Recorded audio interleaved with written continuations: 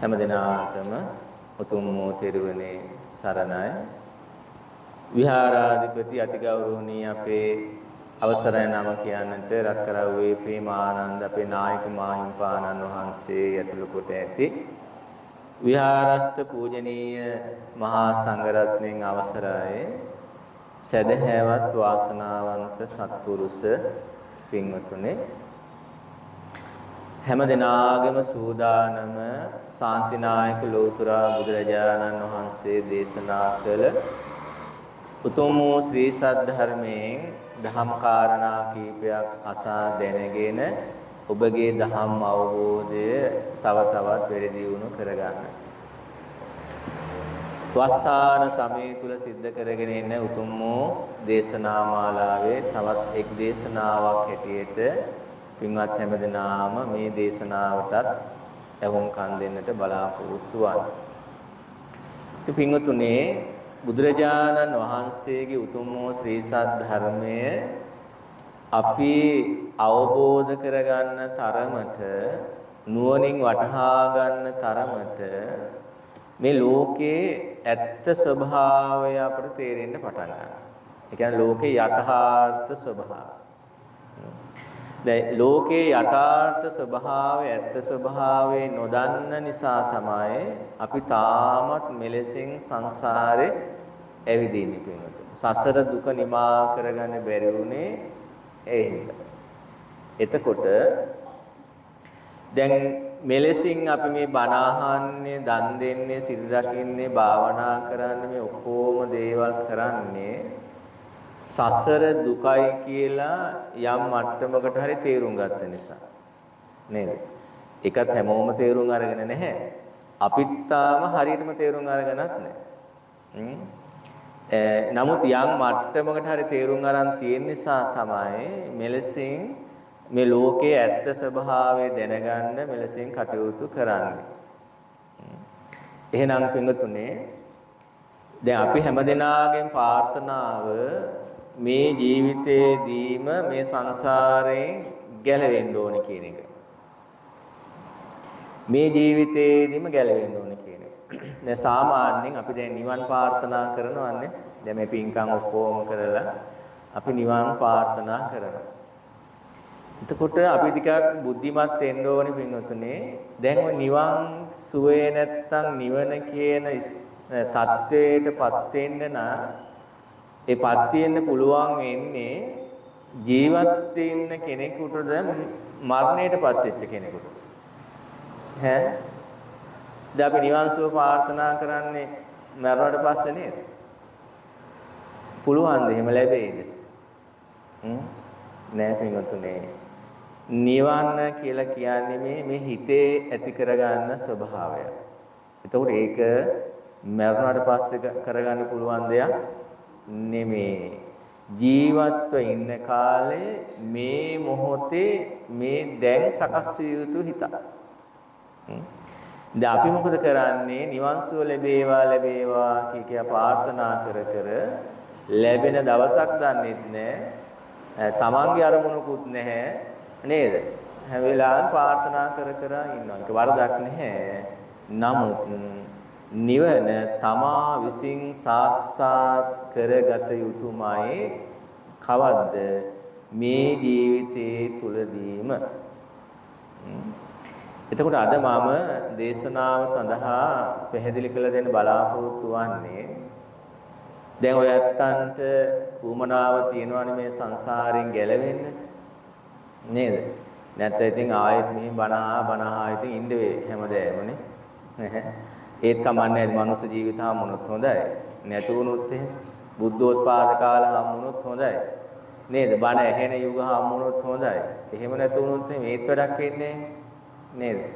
ඒ නිසා අද දේශනාවේදී පින්වතුන්ට පහදලා දෙන බලාපොරොත්තු වෙන්නේ පුතග්ජන භාවයේ ඉඳලා අරිහත් භාවයේ දක්වා අපේ ආර්ය මාර්ගය කෙටියෙන් පහදලා දෙන්න. ඒ කියන්නේ පුතග්ජන භාවයේ ඉඳලා මේ සංසාර විමුක්තිය ඇති කරගන්න තැන දක්වා. බොහොම කෙටියෙන්. ඒතර පින්වතුනේ මේ ආර්ය මාර්ගයේ දැන් අපි කියමු නිවන් වැඩපිළිවෙල කියලා. මේ සසර දුක නිවා කිරීමේ වැඩපිළිවෙලේ පළවෙනිම තැන නැත්නම් පළවෙනි ස්ටෙප් එක පළවෙනි පියවර. නේද? අපි දැන් ඉස්ලාම් බෞද්ධයෝ වෙන්න ඕනේ නේ. දැන් බෞද්ධකම අපට කොහින්ද ඉස්ලාම හම්බුනේ? උපැන්න සහතිකයෙන් හම්බුණා බෞද්ධකම. හැබැයි දැන් ඔය නැත්තම් බණ අහලා දන්නවා. එතනින් බෞද්ධකම සම්පූර්ණයිද? නෑ. එහෙනම් බෞද්ධකම ලැබුණ පමණින් මේ ආර්ය මාර්ගයට පිවිසීමක් ලැබෙන්නේ නැහැ. ආර්ය මාර්ගයට.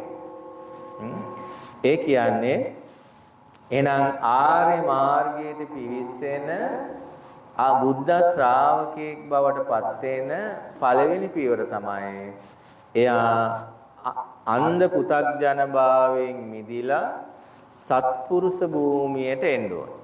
ඒ කියන්නේ කල්යාණ පුතග්ජන භාවයට එන්න ඕනේ පින්විතනේ.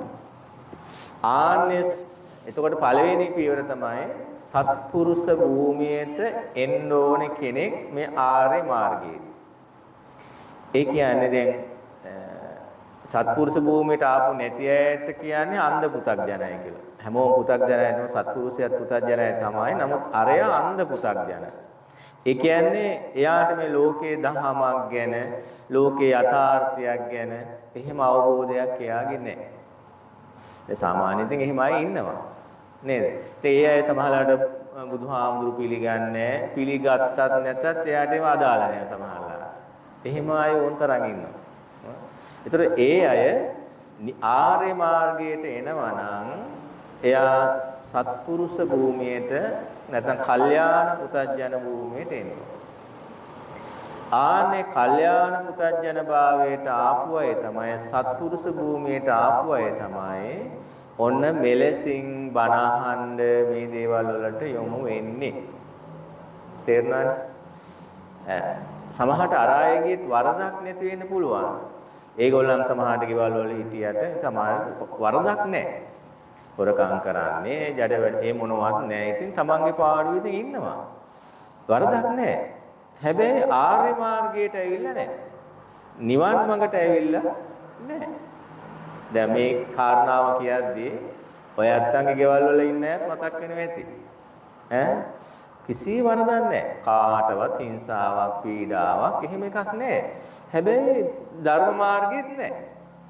දහම වඩන්නෙත් නැහැ. ඉතින් තමන්ගේ පාඩුවේ කාලා බීලා ඉතින් ඔය ඉන්නවා ඉතින්. නමුත් එයාට ආර්ය මාර්ගයේ විවෘත වෙන්නේ එයා සත්පුරුෂ භූමියට එන්න ඕන. දැන් බලන්න මේ සත්පුරුෂ භූමිය තුලනේ අපි මේ වැඩ කරන්නේ. නේද? දැන් නායක හාමුදුරුවෝ යත්තන්ට සත්පුරුෂ වෙන හින්දා තමයි මෙවැනි ධර්ම දේශනාවල් මේ පින්කම් මේ විහාරස්ථාන මේවා කරන්නේ හින්දා. අසත්පුරුෂ භූමියක් තුල මේවා කරන්න විදිහක් නැහැ. අසත්පුරුෂයන්ට මේවා කරන්න බැහැ. අන්න බලන්න. එහෙනම් පළවෙනි පියවර තමයි සත්පුරුෂ භූමියට එන්න ඕනේ. නේද? ඊළඟට එතනින් නවතින්නත් බෑ ඔන්න ඊළඟ දෙවෙනි පියවර. දැන් මම සත්පුරුෂයි එහෙම කියන තැනින් නවතින්නත් බෑ. ඊළඟ පියවර තමයි සත්පුරුෂ භූමියෙන් එන්න ඕනේ සද්ධානුසාරී කියන තැනට. සද්ධානුසාරී. ඒ කියන්නේ ඔන්න දැන් එයා සත්පුරුෂ භූමියට ඇවිල්ලා එයාට දැන් මේ ලෝකේ හොඳ නරක තේරෙන්න පටන් ගන්නවා ටික ටික. ඒ මොකද සත්පුරුෂ වෙන ඇසුර කරන්නේ වටින් ගොඩින් හරි බණ ටිකක් ඇහෙනවා, පන්සලට උනත් යනවා. හැබැයි සම්පූර්ණ අවබෝධය නැහැ. නමුත් එයාට අර සත්පුරුෂ තලයේ ඉන්න හින්දා නේද වටින් ගොඩින් හරි ඒක කනට වැකිනවා, පුරුදු වෙනවා, ඒ තත්ත්වයක් තියෙනවා. ඊට පස්සේ මෙයා මොකද කරන්නේ ඊළඟ පියවර හැටියට සද්ධානුසාරී වෙනවා. අන්නේ සද්ධානුසාරී වෙන්න තමයි මේ බුදුදහමේ තියෙන ආගමික පැත්තේ සංස්කෘතික පැත්තේ ටික අපට ඕන වෙන්නේ යන්නේ එතෙන්ට. කෙනෙක් සද්ධාවට එන්නේ කොතනින්ද? එකපාරම කෙනෙක්ට මේ චතුරාර්ය සත්‍ය කියා දීලා ශ්‍රද්ධාවට ගන්න පුළුවන් නේද?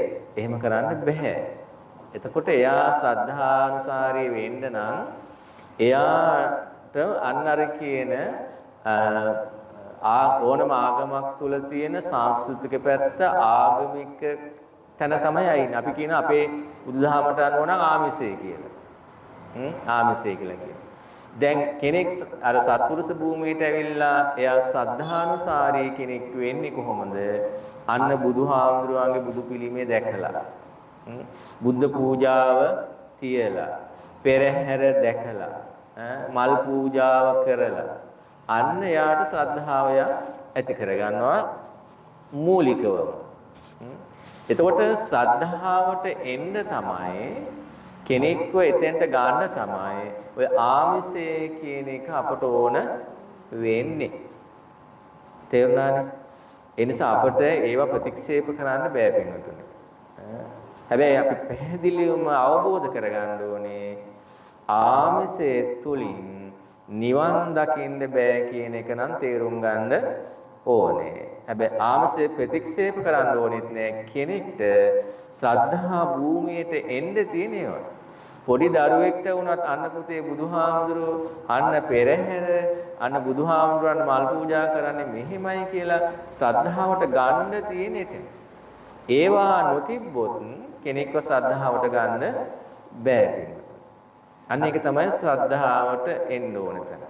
ඉතින් ශ්‍රද්ධානුසාරී භූමියට එන්නේ නැතුව කෙනෙක් සත්පුරුෂ තලයේ ඉන්නත් පුළුවන්. නැවතිලා. දැන් මේ කියන්නේ යනකොට තමන් ඉන්නේත් කොතනද කියලාත් බලන්න. මේ ආර්ය මාර්ගයේ තමන් ඉන්න තැනත් බලන්න නුවණින්.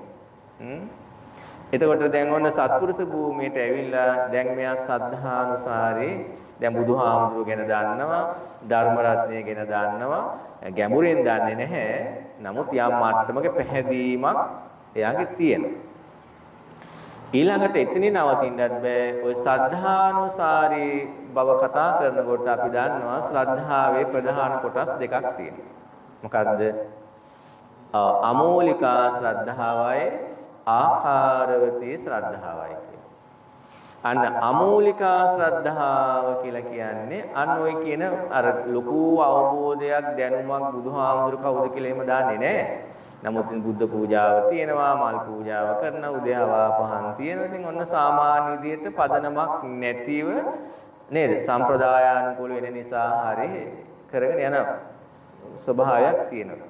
ඒත් එයාගේ ස්ථාවර භාවයක් නැහැ.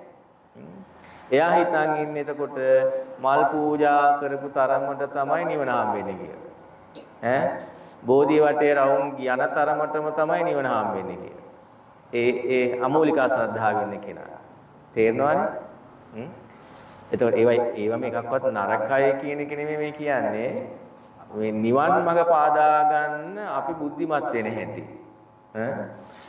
ඒතර අමෝලිකා ශ්‍රද්ධාව තුළ ඉන්න කෙනාගේ ස්වභාවයම ඉතින් අර විදිහේ අවබෝධයක් නැහැ. දැන් බුදුහාමුදුරන්ට මලක් පහන පූජා කරන්නේ ඇයි කියන එක අවබෝධයක් නැහැ. නමුත් කරනවා. දන් දෙන්නේ ඇයි කියන එක අවබෝධයක් නැහැ. නමුත් කරනවා. එතකොට ඒකේ විපාකය හා පින කියන එක ලැබෙනවා. නමුත් නිවන් මඟට යොමු වෙන ශ්‍රද්ධාවක් නෙමෙයි. ඒ ශ්‍රද්ධාව සෙනිකව වෙනස් වෙනවා. අන්න අතන තව බුදු කෙනෙක් ඉන්නවා කිව්වොත් ඔන්න දුවනවා ඊට පස්සේ. අන්න අතන අරහාමුදුරුවෝ හොඳයි කිව්වම ඔන්න එතනට යනවා. අර දැන් ධර්මයේ නම් නේද? කොතනත් එකක් වෙන්න ඉපේ නේද? එතකොට අපි ශ්‍රද්ධාව සෙල වෙනවා. එතකොට අමෝලිකා ශ්‍රද්ධාවේ ඉන්න කෙනා එයා බුදුහාමුදුරුවෝ දකින්න උත්සාහ කරන්නේ පිළිම වහන්සේගේ. ලෝකෙ ලොකුම පිළිමෙන් හරි ලස්සන පිළිම වහන්සේගෙන් හරි එහෙම ඒ තුලින් තමයි එයා බුදුහාමුදුරුවෝ දකින්න හදන්නේ. ඒ නිසා එයා එතනේ පුද පූජාවන් සිද්ධ කරමින් ඉතින් ඉන්නව වරදක් නැහැ.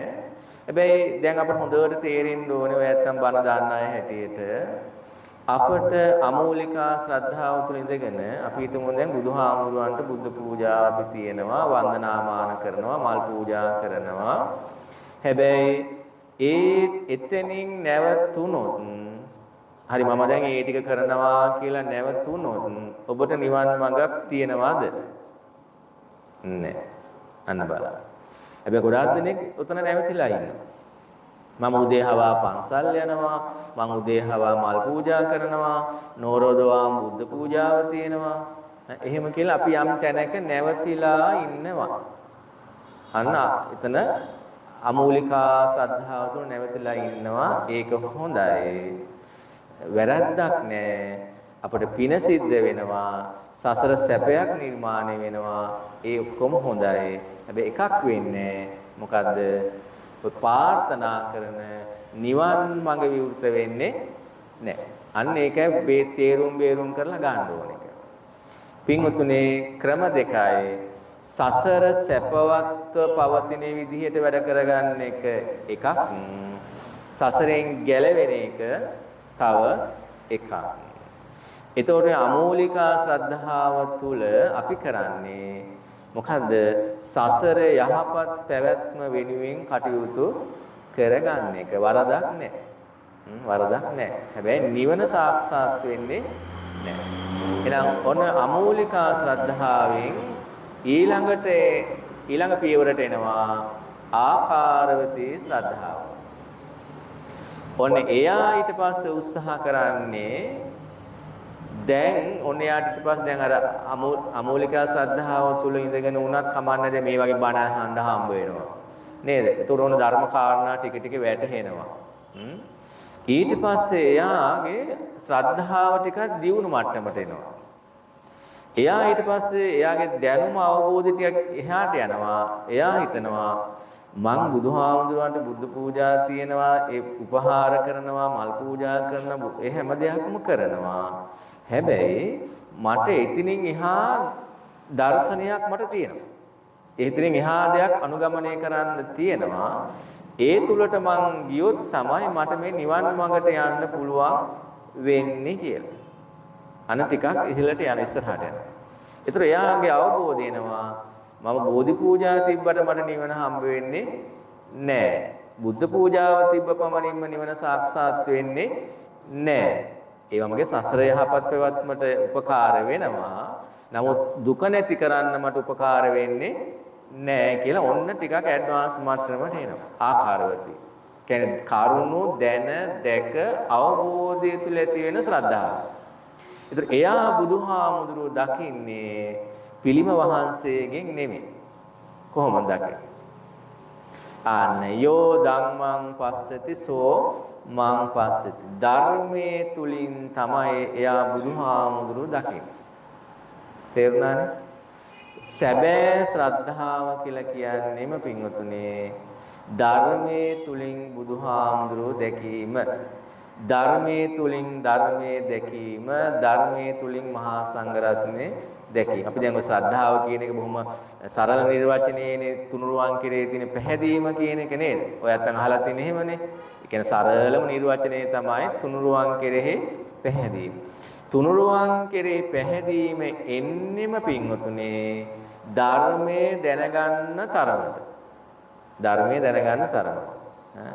ඒ කියන්නේ ඒකිනුත් වෙන්නේ මොකද්ද? බණ අහන්න තරමටමයි ශ්‍රද්ධාව දියුණු.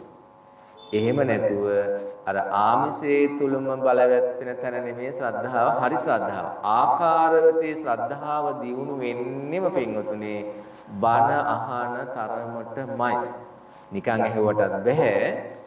කරුණු කාරණා තේරුම් අරගෙන ඒ තුලම ඉන්න කෙනාට තමයි. එතකොට එයා දන්නවා බුදුහාමුදුරන්ගේ අවබෝධය මොකද්ද කියලා.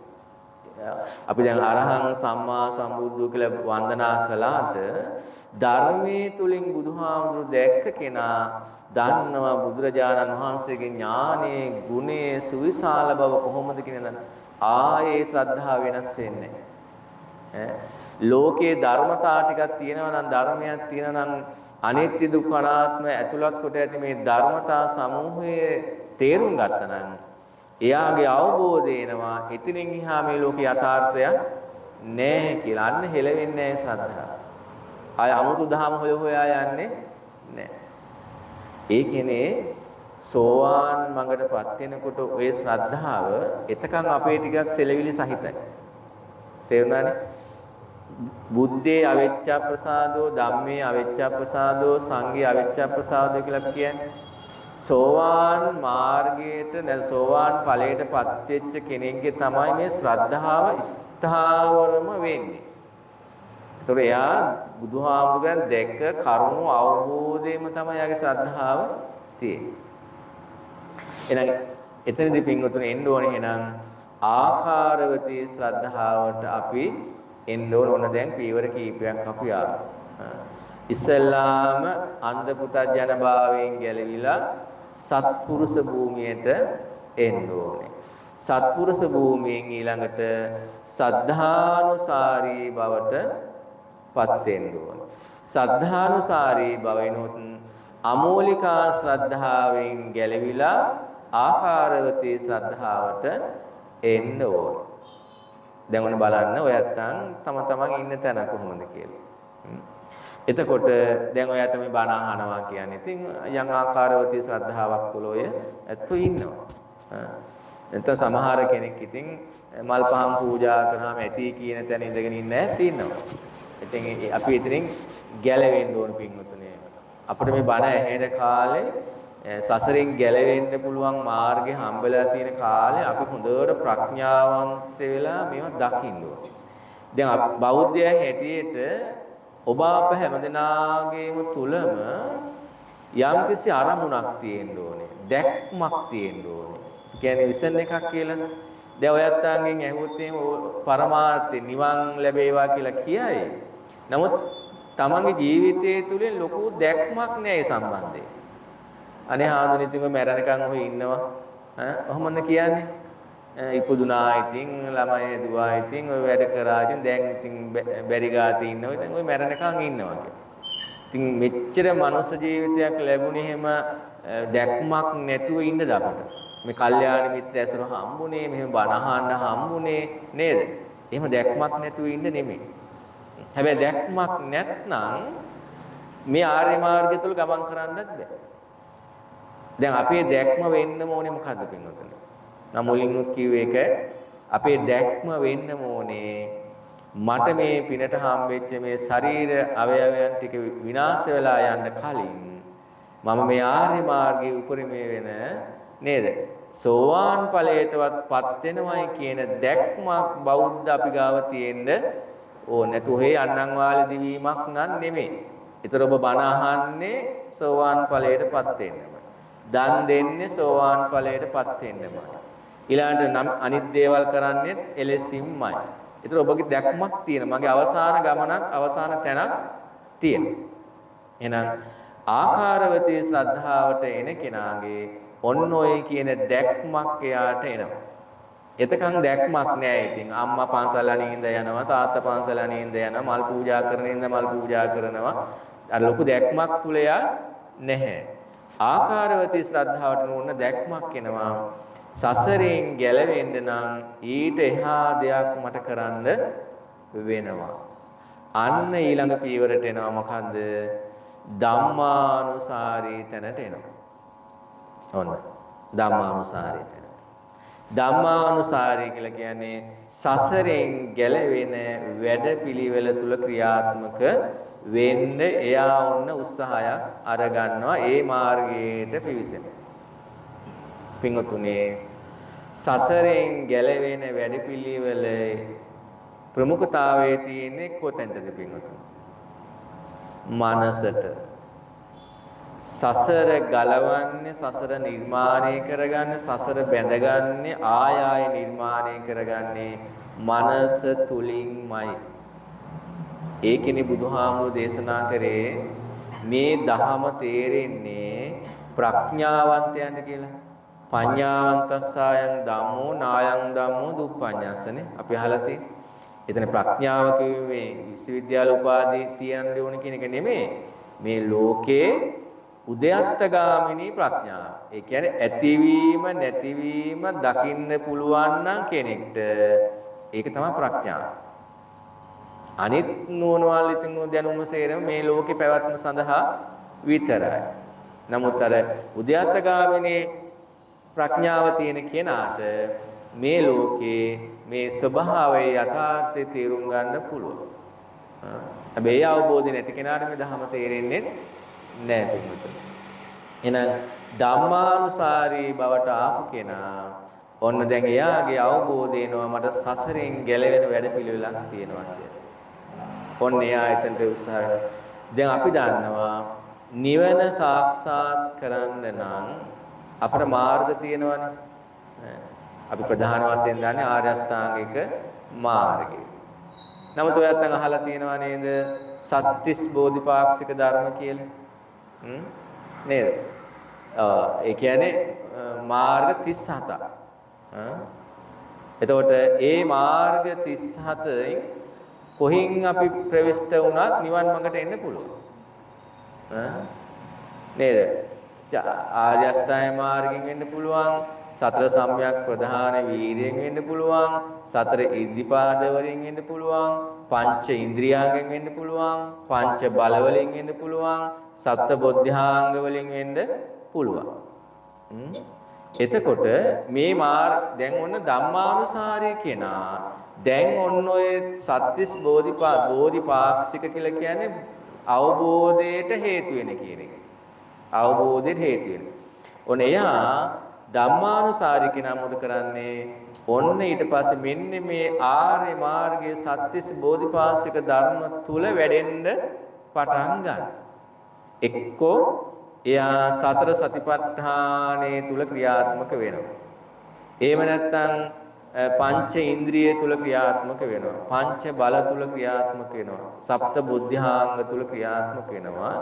ඔන්න දැන් තමයි අපි තේරුම් ගන්න ඕනේ එහෙනම් මම ධම්මානුසාරී තැන කොතනද මම ඉන්නවා නම් ඉන්නේ. මම මේ වෙනකොට සතර සතිපට්ඨානයේ තුල මගේ මනස ක්‍රියාත්මකයිද? පංච ඉන්ද්‍රියන් තුල මගේ මනස ක්‍රියාත්මකයිද? එහෙම නැත්නම් පංච බල තුල මගේ මනස ක්‍රියාත්මකයිද? මං ඒවා දන්නවද? අන්න එන්න ඕනේ පින්වතුනි. මම මෙතෙක් දැනන් ඉන්නේ අර බුදුදහමේ තියෙන අර ආමිෂයේ පැත්ත විතරමද? දැන් මං නිවන් මඟට හේතු වෙන මේ සත්‍තිස් බෝධිපාක්ෂික ධර්ම ප්‍රායෝගික නොවුනත් මං ඒවා ගැන දන්නවද? නිවන් මඟ යනවා නම් මේවා ඔබට ඕනේ කියලා. අන්න. එතකොට ඊළඟට ධම්මානුසාරී වෙන කෙනා පින්වතුනේ ඔන්න ඔය සත්‍තිස් බෝධිපාක්ෂික ධර්ම වලින් පංච ඉන්ද්‍රිය වඩන්න පටන් ගන්නවා. පංච ඉන්ද්‍රිය මොනවාද? සද්ධා ඉන්ද්‍රිය, සති ඉන්ද්‍රිය, විරි ඉන්ද්‍රිය, සමාධි ඉන්ද්‍රිය, පඤ්ඤා ඉන්ද්‍රිය. ඔන්න ධම්මානුසාරී බව තුල යන කෙනා. දැන් බලන්න එයා දැන් කොච්චර ඉස්සරහට ඇවිල්ලාද කියලා. දැන් ඔය ආර්ය මාර්ගයේ ඔතෙන්ට ආපු නැති කොච්චර පිරිසක් ඉන්නවද නේ? දැන් අර එකක්වත් ප්‍රතික්ෂේප කිරීමක් නෙමේ. ඒවා තුලින් අපි ඉදිරියට එන්න ඕනේ කියන එකයි මේ කියන්නේ. නැත්නම් එතන නැවතුනොත් අපිට නිවන් මඟ සාක්ෂාත් වෙන්නේ නැහැ කියන එකයි මේ කියන්නේ. දැන් ඒක තේරෙනවද නේ? එහෙනම් එයා මොකද කරන්නේ? ඔන්න මට නිවන සාක්ෂාත් වෙන්න නම් මගේ මනස තුලින් මේක පුරුදු කරන්න ඕනේ. ඔන්න එයා මොකද කරන්නේ? ශ්‍රද්ධාව ඉන්ද්‍රියක් හැටියටම වඩනවා. ඉන්ද්‍රිය කියලා කියන්නේ ප්‍රමුඛයි කියන එකනේ. දැන් අපිට ඇස අපට හරි වටිනවනේ නේ. ඇස ඉන්ද්‍රියක්නේ. ඒ වගේ තමයි ශ්‍රද්ධාවත් ඉන්ද්‍රියක් හැටියටම වඩනවා. තේරුණාද? ඒක මේ පන්සලට ආපු වෙලාවට ඇති වෙන ශ්‍රද්ධාවක් නෙමෙයි. බුදු පිළිමයක් දැක්කහම ඇති වෙන ශ්‍රද්ධාවක් නෙමෙයි. හාමුදුරුවමක් දැක්කහම ඇති වෙන ශ්‍රද්ධාවක් නෙමෙයි. එයාගේ ඉන්ද්‍රියක් හැටියටම වැඩෙනවා. එයාට බුදුහාමුදුරුවෝ පිළිමෙ දැක්කත්, කොයි පිළිමෙ දැක්කත්, කොතන දැක්කත් එයාට බුදුහාමුදුරුවෝ කියන සංකල්පයයි වෙනස් වෙන්නේ නැහැ. ඊළඟට අපි ඉතින් ගමේ පන්සලේ දැන් අපේ නායක හඳුනන ඔය ඇත්තන්ගේ නායක හඳුනන මෙතන ඉන්නවා හරි. අපේ හාමුදුරු කෙනෙක් හැංගීමෙන් ඉන්නවා. නමුත් ඉන්ද්‍රියක් හැටියට බල ගන්නවන කෙනාට එතන අපි දකින්න අපේ පිහිටේ ඉන්න හාමුදුරුවෝ අපේ වුණාට මහා සංඝරත්නය සියල්ලක්ම එයාට එකයි. එයි එයා පහදින්නේ පුද්ගලයන්ට නෙමෙයි. ඉන්ද්‍රියක් හැටියට ශ්‍රද්ධාව වඩන කෙනා හොඳට මතක තියාගන්න අවබෝධ කරගන්න පුද්ගලයා පිළිබඳව පැහැදීමක් නෙමෙයි යාගේ ඇති වෙන්නේ ගුණය පිළිබඳ පැහැදීමක් තමයි යාගේ ඇති වෙන්නේ. ඒ කියන්නේ ඔයත්තන් දන්නවා සාමින් වහන්සේ නමක් නම් භික්ෂුවක් නම් මෙන්න මේ කියන ගුණ වලින් යුක්තයි. ආහුනේය, පාහුනේය, දක්ඛිනේය, අංජලි කරණීය නේද? ඔයත්තන් වන්දනා කරන්නේ. ඒතර ඔබ ඒ භික්ෂුවක් හිටියට ඔබ දකින්නේ ඒ ගුණයන්ගෙන් යුක්ත කෙනෙක් ඉන්නවා නම් එයා තමයි භික්ෂුව. හැබැයි ඉතින් මේ ගුණයන් කෙනෙක් ගාව නැහැ කියන එක ඔබට ප්‍රශ්නයක් නෑ. ඔබ වඳින්නේ ඔබ පැහැදුනේ ඒ ගුණයන්ගෙන් යුක්ත කෙනෙකුට විතරයි. එතකොට මාගාවේ ගුණ නැත්නම් ඒක ඔබට ප්‍රශ්නයක් වෙන්න බෑ. ඇයි? ඔබ පැහැදුනේ මගේ මේ පුද්ගල පැත්තට නෙමේ මම පැහැදුනේ ආහුනේ පාහුනේ දක්ඛිනේ කියන මේ ගුණයන්ගෙන් යුක්ත කෙනෙක්ටයි මම පැහැදුනේ. අන්න ඉන්ද්‍රියක් හැටියට වඩන කෙනෙක්ට පුද්ගලයාගේ ගති ලක්ෂණ වලින් වැඩක් නැහැ. එතකොට අපි දැන් උනත් දැන් ස්වාමීන් වහන්සේලාගේ අපි දකිනවා නේද? යම් දේවල් තියෙනවානේ. ඉතින් මාධ්‍ය වලින් අපි දකිනවා අපට අහන්න ලැබෙනවා. ඒක කරන්න දෙයක් නැහැ. ඒක ඒ පුද්ගලයා ගාව ගුණේ නැති වුණා කියලා ඔබ අපහදින්න යන්න අවශ්‍ය නැහැ. නමුත් ඒ ගුණේ තියෙන අය කොච්චර ඉන්නවද නේ? ඒ ගුණේ තියෙන අනික තිබ්බෙම නැහැ කියමුකෝ. ඒත් අපට අදාළ නෑ. අපි පහදින්නේ කියන්නේ.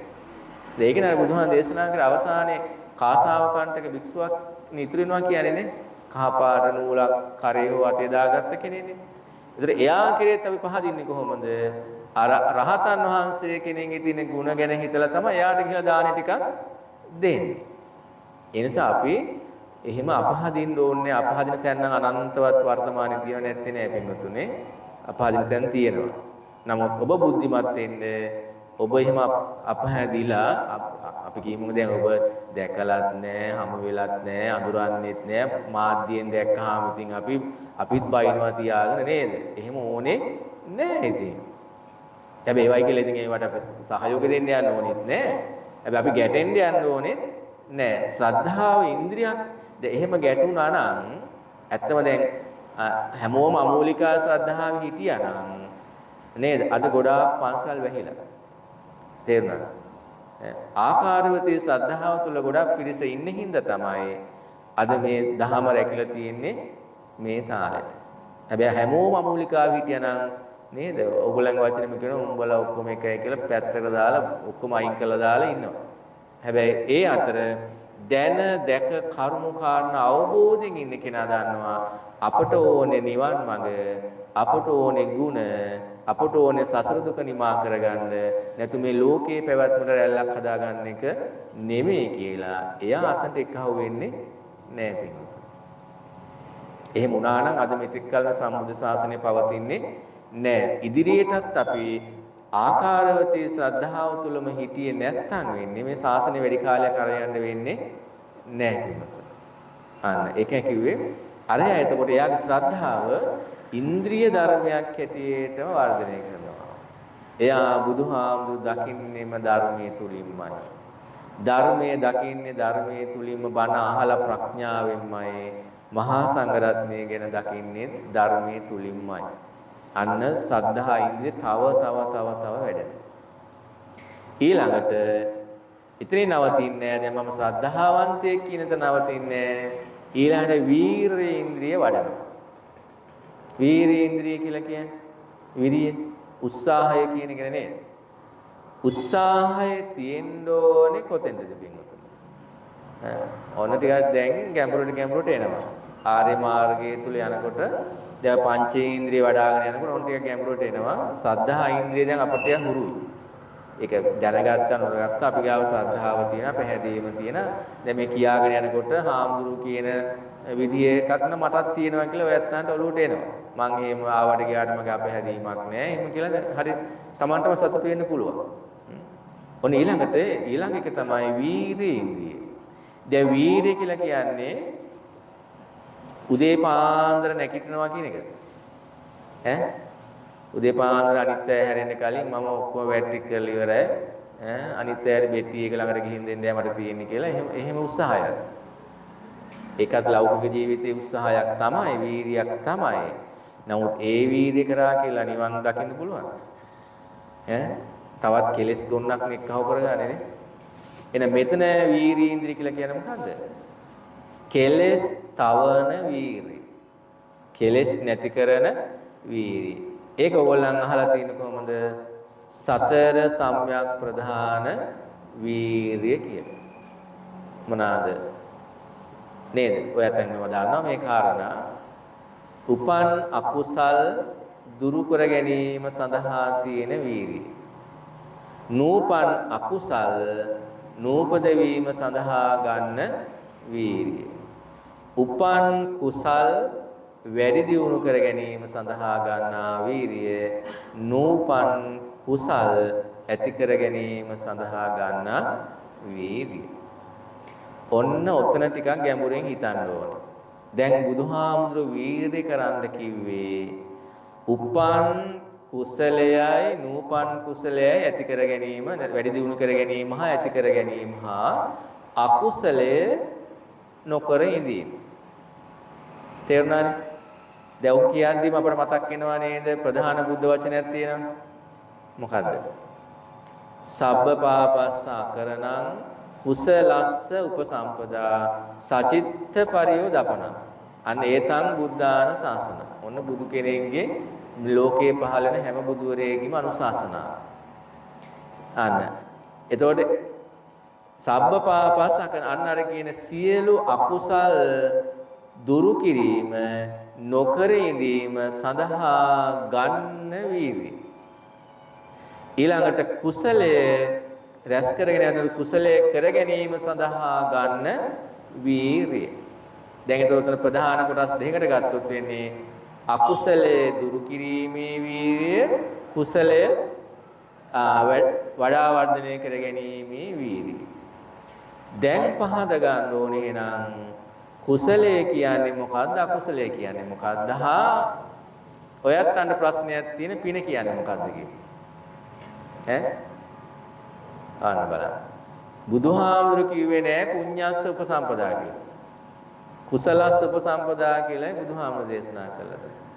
අපි කරන්නේ පුඤ්ඤස්ස උපසම්පදා. පින් රැස් කිරීම තමයි අපි කරන්නේ. කුසල රැස් කිරීම නෙමෙයි. ඔබ දන්නා ඉතින් දන්නවා. නමුත් ගොඩක් අය දන්නේ නැහැ මේක. නේද? පිනයි කුසලයයි කියන්නේ දෙකක්ද එකක්ද? පිනයි කුසලය කියන්නේ ක්‍රියාව එකක්, මනසේ සකස් කර ගැනීම දෙකක්. ඕන තේරුම් ගන්න. ක්‍රියාව එකක්, මනසේ සකස් කර ගැනීම, මනසේ සිටිවිලි සංස්කාර ගොඩ නැගීම අනුව දෙකක් වෙනවා. මනසේ සංස්කාර සකස් කර ගැනීම අනුව පිනක් කරගන්නත් පුළුවන්, කුසලයක් කරගන්නත් පුළුවන්. එහෙනම් බුදුහාමුදුරන්ගේ දේශනාව කුසලය රැස් කරන්න කියන එක.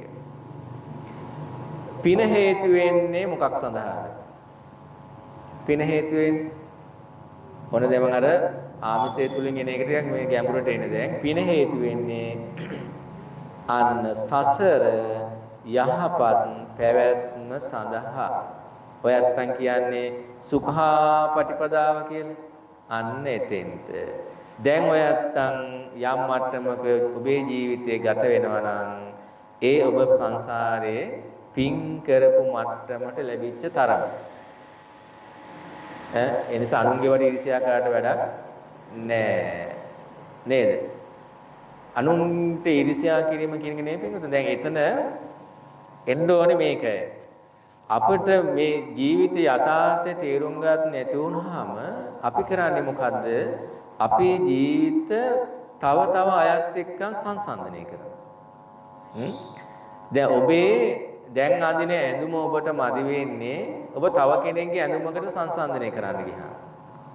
ඔබ දැන් පාවිච්චි කරන වාහනේ ඔබට මදි වෙන්නේ තව වාහනයකට සංසන්දනය කරන්න. එතකන් ඒක හරි ආදරෙන් බලාගත්තා, රැකගත්තා, ආසාවෙන් හිටිය ඔක්කොම කරා.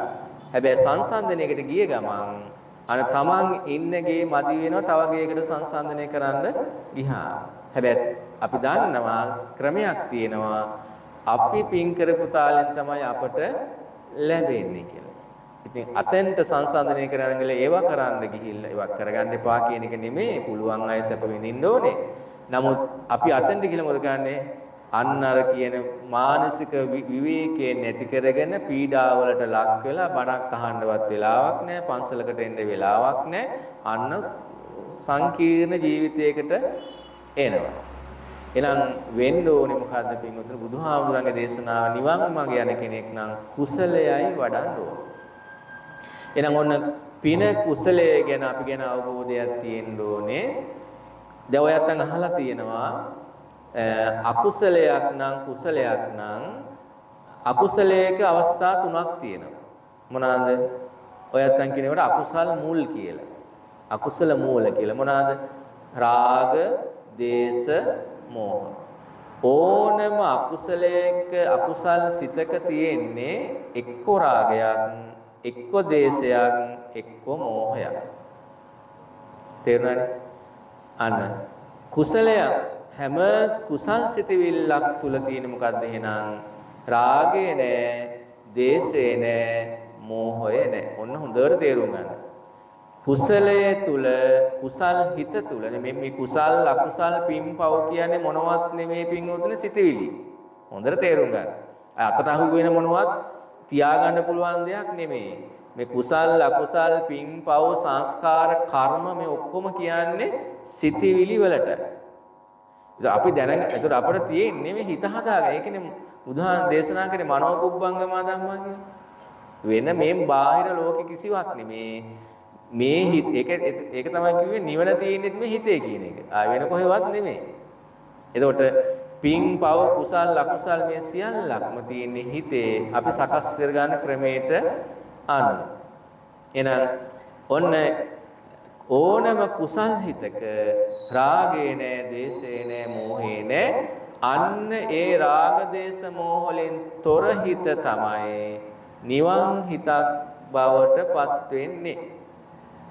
හැබැයි යම් හිතක රාග දේශ මෝහ තියෙනවා නම් ඒක නිවන් හිතක් වෙන්නේ නැහැ. හැබැයි දැන් අපි මේ කරන සමහර පින්කම් හැම දෙයක් ගොඩක් දුරට හිමයි. දැන් අපිට පුළුවන් නේද දැන් දාණය දෙනකොට දාණය රාගයෙන් යුක්තව දෙන්න බැරිද? ඒ කියන්නේ ඇලීමෙන් දෙන්න බැරි කමක් නැද්ද? බැරි කමක් නැහැ නෙමෙයි දෙන්නේ මෙහෙම තමයි. ආයි මේ අත්හැරලා දෙනවා නෙමෙයි දෙනවා කිව්වට. ඒ එහෙනම් දානයක් උනත් රාගයෙන් යුක්තව නම් කුසලයක්ද අකුසලයක්ද? අකුසලයක්. හැබැයි අකුසලයක් වුණාට අකුසල් විපාකයක් නෙමෙයි තියෙන්නේ. දානය කියන්නේ හොඳ එකක් නේ. හැබැයි කුසල් හිත තමයි නිවනට හේතු වෙන්නේ. අකුසල් හිත නිවනට හේතු වෙන්නේ නැහැ. ඔබ දානේ දුන්නේ අකුසල් හිතකින් නම්. දැන් අපි හිතමුකෝ දැන් පින්වතුනේ දැන් ඔන්න ඔය උතන හොඳට තේරුම් ගන්න ඕනේ. දැන් ඔය අත්ත හොඳට ශ්‍රද්ධාවෙන් භක්තියෙන් අකුසලයක් කියන එකක් බැලු බැලමට පේන්නේ නැහැ. හරි ශ්‍රද්ධාවෙන් බුද්ධ පූජාව තියලා හාමුදුරු වඩම්මලා බොහොම තමන් දාඩි මාසෙන් හම්බ කරගත්ත මුදල වියදම් කරලා හරි කැපකිරීමකින් දානේ දුන්නා. ඒක හරි. හැබැයි හිතේ ඇතුලේ ඇලීම් ටිකක් තියෙනවා. මොනවාද? එක්කෝ දිව්‍ය ලෝකවල යන්න, ජීවිතයේ සැප සම්පත් ලැබෙන්න, නේද? මගේ අරමුණු ටික ඉෂ්ට වෙන්න. එහෙමනේ. හැබැයි දැන් බුදුහාමුදුරන්ට බුදු පහන තියලා මොනවාද ප්‍රාර්ථනා කරන්නේ? මොනාහරි නේද? අදුම ගානේ නේද? තමන්ගේ ජීවිතේ කැස්සක් හැම්විසාවක් කර නැතුව ඉන්න ඕනේ කියලා. එළියට ගිහලා ළමයාව රැකලා දෙන්න ඕනේ කියලා. රස්සාව රැකලා දෙන්න ඕනේ මට මොනවා හරි තමන්ගේ ලෞකිකත්වයේ පෝෂණය කිරීමන්නේ බලාපොරොත්තු වෙන කොහින් හරි. නේද? ওই පහන් වැටවල් පත්තු කරන ගානේ හිතේ දුවන්නේ මොනවාද? නිවන ලැබේවා කියලාද? චතුරාර්ය සත්‍ය අවබෝධ වේවා කියලාද? නෑනේ. ඒතර මොකක්ද ඉන්නේ? අල්ලා ගැනීම තුර රැස් කර ගැනීමක්ද තියෙන අත්හැරීමක්ද තියෙන? අල්ලා ගැනීම. එහෙනම් ඔබ දානය දෙනකොට යම් යම් ආකාරයේ පැවැත්මක් සකස් කිරීමක් කියන්නේ ගැලවිලාද ඇලිලාද? නිවන් හිත කියන්නේ කුසල් හිත කියන්නේ එතනේ පැවැත්ම සකස් වෙච්ච තැනක් තියෙන්න බෑ. ඇලුණු තැනක් තියෙන්න බෑ. ගැටුණු තැනක් තියෙන්න බෑ නිවන් හිතේ. ඔබ දන් දීලා පින් කරලා ඇලුණා නම් පැවැත්මක් හදාගත්තා නම් සකස්මක් හදාගත්තා නම් එතනක් තියෙන්නේ පුඤ්ඤාභි සංස්කාර කියන තැන සකස් කරගත්ත මොනවාද හොඳ දේවල් ටිකක්. හැබැයි ඒක සකස් කර ගැනීමක්. එතන ඇලීමක් තියෙනවා යම් මට්ටම ගැටීමක් තියෙන්නත් පුළුවන් මෝහේ තියෙන්නත් පුළුවන්. එහෙනම් ඔක තවත් තේරෙන්න කියනවා නම් දැන් අපි දන් දෙනවනේ. දැන් ඔය අම්මලා කොච්චර නම් දන් දෙනවද? එතකොට දන් දීමේදී දැන් මොන කුසලයේ හැටිය පිනේ හැටිය මම කියන්නේ. දන් දීමේදී දානේ ඵලය ලැබෙන්න ඕනේ. දානේ ඵලය ලැබෙන්න ඕනේ දෙන කෙනාටද ලබන්නාටද? දෙන කෙනාට. ඉතින් දෙන කෙනාට ඵලයක් ඕන නම් එයා මොකටද දන් දෙන්නේ? එයා දන් දෙන්නේ අත්හරින්නේ. එයා දන් දෙන්නේ අත්හරින්නේ නේ. ඒතර එයා තව මොනවද ඕනේ එතකොට? අන්න.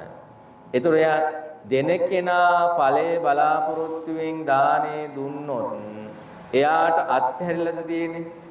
නෑ අල්ලගෙන. දැන් ඒතර අන්න එතන තියෙන්නේ කුසල් හිතද අකුසල් හිතද? අකුසල් හිත. දානේ ඵලය ලැබෙන්න ඕනේ දෙන කෙනාට නෙමේ ලබන්නාටයි. එතකොට තමයි දෙන කෙනා අරයට ඵලය ලැබෙන තාලෙන් දෙනවා නම් දෙන්නේ අත්හැරලා තමයි එයා දෙන්නේ. තේරුණානේ? අපි කියමු දැන් ස්වාමීන් වහන්සේ නමකට දානේ පන්සල දානේ ගෙනවා කියලා. එතකොට අත්හැරලා දෙන කෙනා ස්වාමීන් වහන්සේට ඵලයක් ලැබෙන විදිහට දාන ගෙන්නේ. උන්වහන්සේට වල් දාන්න බැරි තාලෙට නේද? එහෙම ගෙන්නේ නැහැ. මොනාරි අම්මලාගේ එහෙම තමයි සකස් කරලා ගෙන්නේ. නමුත් ඒකේ ඵලය හාමුදුරුවන්ට ලැබෙන්න ඕනේ. ඒ කියන්නේ කුසගින්න නෙමෙන්නේ දෙන ඔබගේ නෙමේ වළඳන ස්වාමීන් වහන්සේගේ. එතකොට උන්වහන්සේට ඉතින් සමහරවිට නේද වළඳන්න බැරි තාලෙන් තිබුණොත් එහෙම දැන් සමාදාසවල ඉතින් ඔය ලුණු එහෙම නැති අවස්ථා තියෙනවා ඉතින්. ගත්තාම ලුණු මොනවා අර අමූලිකා ශ්‍රද්ධාවට ගියපුවාම වෙනවා සමහරලා. දැන් දානයක් නැක වළඳන්න පුළුවන් වෙන්නේ වෙන්නේ ඒකනේ ගෙනත් දෙන්නේ. නැත්තම් ඕනේ ඒක ඵලය ලැබෙන්න. ඒව ලොකුට හිතන්න ඕන දේවල් නෙමෙයි. නමුත් අපි කියන යාචකයෙකුට කැම ටිකක් දුන්නා කියලා. එතකොට දෙන ඔබේ නෙමෙයිනේ බඩ පිරෙන්න ඕනේ. අර යාචකයාගේ. නේද? එතකොට එයා හොඳට කාලා බඩ පුරව ගත්තොත් තමයි එයාට ඵලයක් හම්බ වෙන්නේ කැම වේලේ. ඔබට හම්බ වෙන ඵලය මොකද්ද? අත්හැරීම නැමැති කුසලය තමයි ඔබට හම්බ වෙන්නේ. හැබැයි ඔබ ඵලයක් බලාගෙන යාචකයාට නේ ගේ ගාවට ආපු කෙනාට ෆ්‍රිජ් එකේ තිබ්බ එක්ස්පයර් වෙච්ච එකක් හරි දීලා දානවා මට ඵලය බලාපොරොත්තු. මං දුන්නානේ මට හම්බ වෙනවානේ. එතකන් දීලා තියෙන්නේ මොකද්ද? අර මිනිස්යාට පාවිච්චියට ගන්න බැරි දෙයක්. ඉතින් පින නම් දුන්න නිසා හම්බේ. නමුත් කුසල් හිත කියන එක අත්හැරීම කියන එක ඇති වෙන්නේ නෑ පින්වතුනි. මෙතන තේරුම් ගන්න ඕන කාරණාව තමයි බුදුහාමුදුරු දේශනා කළා. දැන් ඔය එකක්වත් වැරදි නෑ. හොඳේ. ඕන තරම් බලාපොරොත්තු තියාගෙන පින් කරන්න වරදක් නෑ. තේරුණාද? දරුවෙක්ට ආශිර්වාද කරන්න මේ දිව්‍ය ලෝකවල යන්න හරි සසර සැපයක් හරි ඒ කිසි ප්‍රශ්නයක් නෑ. බුදුහාමුදුරු ක්‍රම දෙකක් දේශනා කළා. ලෞකිකත් නැත්නම් ලෞකික සම්මාදිට්ඨිය හා ලෝකෝත්තර සම්මාදිට්ඨික දෙකක් දේශනා කරා. එතකොට ඔය අල්ලාගෙන දන් දීම, ප්‍රාර්ථනා ඇතුව දන් දීම, පින් කිරීම වැටෙන්නේ කොතෙන්ටද? ලෞකික සම්මාදිට්ඨියට. ඒක විග්‍රහ කරේ කොහොමද? සාසවා පුඤ්ඤ භාගියා උපදි වේපක්ඛා. අන්න සාසවා කියන්නේ කෙලෙස් සහිතයි. ඔන්න ඔබ දාණය දෙනකොට කෙලෙස් සහිත සසර පැවැත්ම නිර්මාණය වෙන තාලේ අරමුණු ටිකක් තමයි ඔබ තියාගත්තේ. නේද? අර විදිය ලෞකික අරමුණු ටිකක් තියාගත්තා. අන්න සාසවා කෙලෙස් සහිතයි. හැබැයි පුඤ්ඤ භාගියා කෙලෙස් සහිත වුණාට ඒ වැඩේ නරක වැඩක් නෙමේ, පින් කටයුත්තක්, හොඳ කටයුත්තක්. හැබැයි හොඳ කටයුත්තක් වුණාට කෙලෙස් සහිතව කරපු නිසා එයාට උපදී වේපක්කා, නැවත උත්පත්තියකට අදාළ සංස්කාර එකතු වෙනවා. අන්න ඒක තමයි පින කියන පැත්ත. යන්න සාසවා පුඤ්ඤ භාග්‍යා උපදී වේපක්කා. පිනක ස්වභාවය තමයි කෙලෙස් සහිතයි කියන එක. ඔන්න තව ටිකක් තේරුම් ගන්නවා. එන කෙලෙස් කියන්නේ මොනවාද? රාග, දේශ, මෝහ. හැබැයි හොඳ අපිට දැන් දේශයෙන් දන් දෙන්න බැරිද? පුළුවන්. රාගයෙන් දන් දෙන්න පුළුවන්. රාගයෙන් තමයි කොහොමද දන් දෙන්නේ ගොඩක් දෙනෙක්. දේශයෙන් උනත් දෙන්න පුළුවන්. කිසි ප්‍රශ්නයක් නැහැ. හැබැයි පින ලැබෙනවා අර නිවනට හේතු වෙන කුසලයේ එකතු වෙන්නේ නැහැ. ඊළඟට ලෝකෝත්තර සම්මාදිටිය වෙනකොට අරියා අනාසවා ලෝකුත්තර මග්ගංග. අන්න එතන තියෙන්නේ අනාසවා කෙලෙස් නැහැ. ඒ දින දානේ අල්ලා ගැනීමක් නැහැ, කෙලෙස් නැහැ. ඒ නිසා එයාට මොකද සංස්කාර එකතු වීමක් නැහැ. ලෝකුත්තර මග්ගංගා ලෝකයෙන් ඉතිර වෙන මාර්ගයට මුණ ගැහෙන අන්න කුසලයි.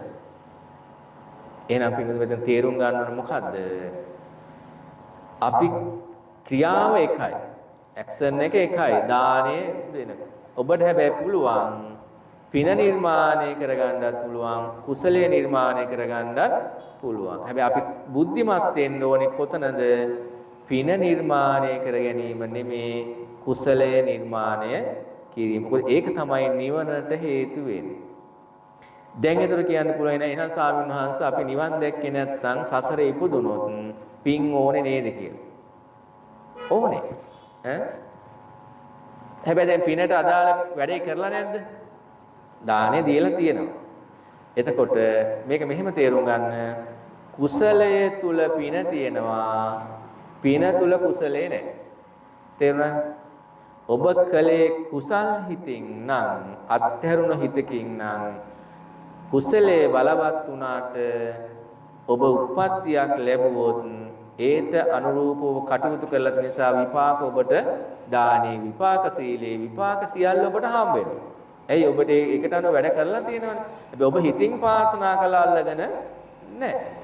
එතකොට ඔබ නිවන් මඟට මාර්ගය හදාගෙන තියෙනවා. සසර හිටියොත් එතනටත් ඔබ වැඩේ කරගෙන තියෙනවා. ඒ නිසා බය වෙන්න දෙයක් නැහැ.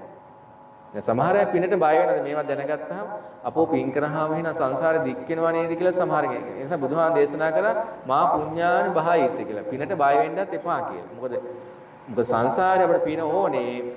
මෙතන බුද්ධිමත් වෙන්න ඕනේ. පින බලවත් කර ගැනීම තුල නෙමේ, කුසලය බලවත් කර ගැනීම තුලමයි ඉන්න ඕනේ. අනේ කුසල් හිත තමයි නිවන් හිත බවට පත් වෙන්නේ. පිනේ අත්හැරීම වෙන්න ඕනේ පින්වතුනි. අපි ක්‍රියාදාමෙන් කළාට ඒවා තුලත් රාගයෙන් ඇලෙන්න ගැටෙන්න බෑ පින්වතුනි. රාගයෙන් ඇලෙන්න ගැටෙන්න බෑ. අන්න එතන ඒවත් ගැලිවිලාම යනවා. ඒකෙනි කියන්නේ පුඤ්ඤාවි සංස්කාර, අපුඤ්ඤාවි සංස්කාර, ආනෙන්ජාවි සංස්කාර. පින කියන්නේත් සංස්කාර, පව කියන්නේත් සංස්කාර, ධ්‍යාන ඵල මට්ටම් වලට එනකොට ඒවත් සංස්කාර. සංස්කාරවල ස්වභාවය තමයි ඇති වෙලා පැවතිලා නැති වෙලා යන එක. නිස්තාවක් වෙන්නේ නැහැ. එහෙනම් අපි ගොඩාක් බුද්ධිමත් වෙන්න ඕනේ. පින කියන එක කුසලයක් හැටියට වන්න. අන්න ඒකට තමයි වීරිය කරන්න කියන්නේ. වෙන වීරියක් නෙමෙයි. හිතේ ඇති වෙන රාග දේශ මොහ ටික දුරු කරගන්න තමයි වීරියක් තියෙන්නේ. අන්න වෙන එකකට වීරිය නෙමෙයි. සතෙක් නොමරා ඉන්න එකත් වීරිය තමයි. නමුත් හිතේ ඇති වෙන රාග දේශ මොහ ටික ගලව ගන්න තමයි ධම්මානුසාරී කෙනා වීරිය වඩන්නේ. අන්න ඊළඟට එනකොට වීරිය සති ඉන්ද්‍රිය. සති ඉන්ද්‍රිය කියන්නේ සිහියනේ. ඔන්න එයා ධම්මානුසාරී කෙනා දැන් නිතරම ඉස්සර වගේ ආවට ගියාට එයා වැඩ කරන්නේ නැහැ. එයා හොඳට සිහි කල්පනාවෙන් යෝනිසෝ මනසිකාරයෙන් එයා වැඩ කරනවා. සතිය කියලා කියන්නේ ඒක.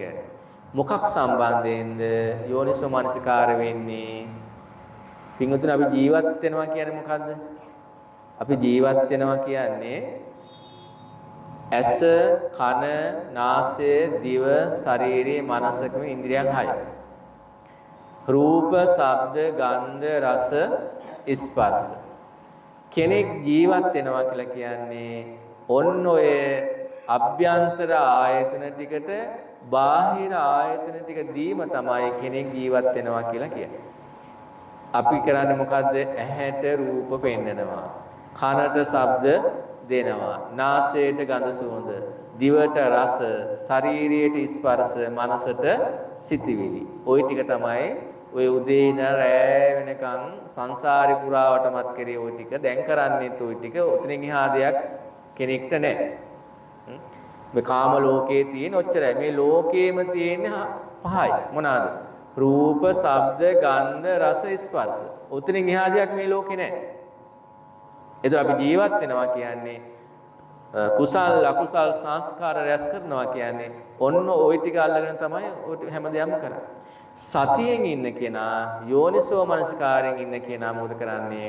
ඔන්න ඔය ජීවත් වෙනකොට ඔය අරමුණු ටික ගන්නකොට සසර නිර්මාණය වෙන විදිහට අරගන්නේ නැහැ. අන්න. හැබැයි යෝනිසෝ මනසිකාරයෙන් නැති කෙනාට, සම්මා සතිය නැති කෙනාට, සති ඉන්ද්‍රිය නැති කෙනා මොකද කරන්නේ? රූපයක් දකින වාරයක් පාසා එයා මොකද කරන්නේ? සසර නිර්මාණය කරගන්නවා. ශබ්දයක් ඇහෙන වාරයක් පාසා මොකද කරන්නේ? සසර නිර්මාණය කරගන්නවා. රාගයෙන්, දේශයෙන්, මෝහයෙන්. යෝනිසෝ මනසිකාර කියලා කියන්නේ අපි තවත් ඔයකට අහන පච්චුප්පන්නේ කියලා. මේ මොහොත කියන එක. යෝනිසෝ මනසිකාර කියන්නේ උපන් තැන මනසිකාර කිරීම කියන එක. රූපයකට ආසාවක් ඇති වුණා නම් ඇති වුණොත් තැනම ඒක අවබෝධ කරගෙන මනසිකාර කරලා ගලවලා දාන්න ඕන. කොහොමද ගලවන්නේ? අනිත්‍යයි, දුක්ඛයි, අනාත්මයි කියලා. දැන් ලෝකේ ලස්සන රූප නැද්ද? අපි කැමති රූප නැද්ද? ලස්සන රූප දකින්නවා කියලා ඇස් වහගෙන ඉන්න පුළුවන්ද? අපි කැමති අකමැති ශබ්ද ඇහෙනවා කියලා කන් වහගෙන ඉන්න පුළුවන්ද? බෑ. නේද? එහෙනම් වෙන්න ඕනේ මොකද්ද? කැමැති රූපේ ඇලෙන්නත් බෑ, අකමැති රූපේ ගැටෙන්නත් බෑ. කැමැති ශබ්දය ඇලෙන්නත් බෑ, අකමැති ශබ්දේ ගැටෙන්නත් බෑ. ඇයි බැරි? අර නුවණින් දකින්නවා ඇලීම් රූපේ මං කැමති වුණාට මේකේ ස්වභාවය තමයි අනිත්‍යයි, දුක්ඛයි, අනාත්මයි. ලෝකේ පරම ධර්මතාවය තමයි පින්වතුනි අනාත්මයි කියන ස්වභාවය. අනාත්මයි කියන්නේ මේ ලෝකේ කිසිවක් නැහැ. මට පාලනය කරන්න පුළුවන් දෙයක් මේ ලෝකේ නැහැ. මගේ කරගන්න පුළුවන් දෙයක් මේ ලෝකේ නැහැ. මට හසුරවන්න පුළුවන් දෙයක් මේ ලෝකේ නැහැ. එතකොට ඒක තමන් තුළින් දකින්න පුළුවන් නේද? ඔය ඉදෙන කෙස් ගහ ඉදෙන්න දීලා තියෙන්නේ ඔබට පාලනය කරන්න බැරි නිසා. ඔබට පාලනය කරන්න පුළුවන් වුණා නම් ඔය ඉදෙන කෙස් ගහ ඉදෙන්න දෙන්නේ නැහැ. ඔය වකුටු වෙන කොන්ද වකුටු වෙන්න දෙන්නේ නැහැ. නේද? ඔය එල්ලා වැටෙන හැම එල්ලා වැටෙන්න දෙන්නේ නැහැ. දැන්ටත් ඒවට යම් යම් මට්ටමින් ට්‍රීට්මන්ට් කරනවා. කල් සුදු වීගෙන එනකොට කළු කරනවා. ඒක වරදක් නැහැ. හැබැයි ඇයි සුදු වෙන්නේ? මම පාලනය කරන්නේ නැති නිසා, මට පාලනය කරන්න බැරි නිසා. එහෙනම් ලෝකයා මගේ කෙස් ගහක්වත් මට පාලනය කරන්න බැරි නම් මේ ලෝකයේ තියෙන බාහිර රූප, ශබ්ද, ගන්ධ, රස, ස්පර්ශ කොහොමද මම පාලනය කරන්නේ? මගේ කියලා ගන්නෙ කොහොමද? එහෙනම් මෙතන මේ කරන්නේ මොකද්ද? අරමුණු ටිකක් පරිහරණය කරන එක විතරයි. නුවණැත්තා මොකද කරන්නේ? ඒ අරමුණු ටික නিত্য සුඛාත්ම වශයෙන් ගන්නෙ නෑ. අනිත්‍ය, දුක්ඛය, අනාත්මයි කියලා ඔන්න විදර්ශනාව. විදර්ශනා කියලා කියන්නේ විශේෂයෙන් දකින්නවා කියන එක. ලෞකිකත්වයේ තුල ඉන්න කෙනා රූපය දකින්නේ ඇලීමෙන් ගැටීමෙන්, විදර්ශනාවෙන් රූපයේ, ශබ්දයේ, ගන්ධ, රසය දකින්නේ ඇලීමෙන් තොරව, ගැටීමෙන් තොරව, මුලාවෙන් තොරව පිළිගන්න. ඔන්නතර මුලාවත් ටිකක් තේරුම් ගන්න ඕනේ. රාග දේශ මොහොනේ දැන් පැය ඉවරයි. රාග දේශ මොහොනේ දැන් මෝහ කියලා කියන්නේ නිවනට එකම බාධාවක්. ඒ කියන්නේ මෝහ අන්ධකාරය කියලා කියන්නේ. රාග දේශ මෝහ වලින් මෝහය කියන්නේ ලොකුම අකුසලයි. මෝහය නිසා තමයි රාගය ඇති වෙන්නේ, දේශය ඇති වෙන්නේ. මෝහය කියලා කියන්නේ අවුරුදු සමහර කෙනෙක් කියනවා ඔන්න රූපයක් දැක්කහම රූපයට කැමති වුණා, අකමැති වුණා, උපේක්ෂාවෙන් හිටියා කියනවානේ. කැමතිත් නෑ, අකමැතිත් නෑ, උපේක්ෂාවෙන් හිටියා. ඒ උපේක්ෂාව වෙන්න ඕනේ ඥාන සංපයුක්ත උපේක්ෂාවක් වෙන්න ඕනේ. මම ඒකට කැමති නෑ, අකමැති නෑ කියන එක නෙමෙයි. මේ ලෝකේ තියෙන රූප, ශබ්ද, ගන්ධ, රස, ස්පර්ශ ඕනම දෙයකට අපි එක්කෝ කැමති, එක්කෝ අකමැති.